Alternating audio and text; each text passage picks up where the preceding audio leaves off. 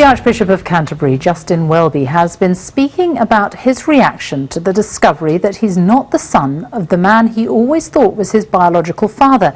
The Archbishop said a DNA test had revealed his real father to be Sir Anthony Montague Browne, Sir Winston Churchill's last private secretary, and not Gavin Welby, the man who'd brought him up. Caroline Wyatt reports.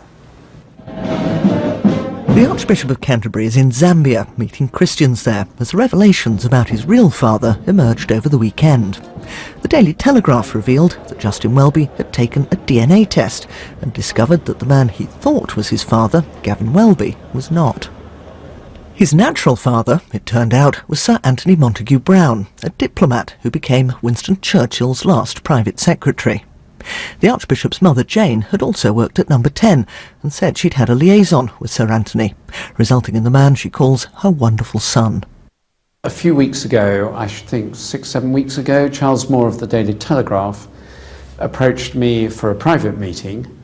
He found himself next to Lady Montague Browne, Lady Sheila Montague Browne, who is the widow of Sir Anthony Montague Browne, and that she had told him that she suspected, and her husband, who died 3 years ago, had suspected that I was Sir Anthony's son based on how I looked. And so that's how it began, because I didn't want to cause a fuss and make a whole hoo-ha about this.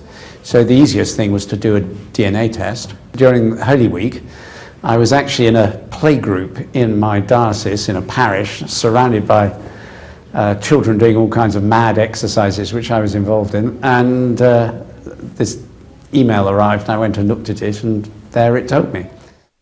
The DNA test was clear. The man he thought was his biological father, Gavin Welby, the son of a Jewish immigrant who became an alcoholic, was not, even though the baby Justin was born almost exactly 9 months after his parents' wedding.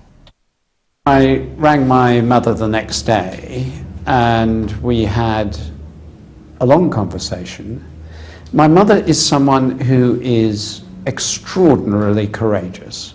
She's one of these people who looks facts in the face and just says, well, if that's reality, then we better deal with it. His mother Jane, now Lady Williams, issued a statement saying this DNA evidence, so many years after her husband's death, came as an almost unbelievable shock.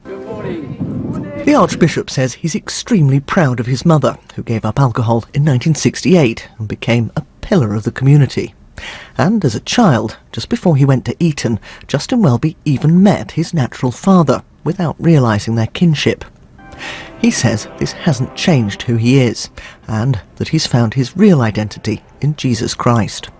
Caroline Wyatt, BBC News.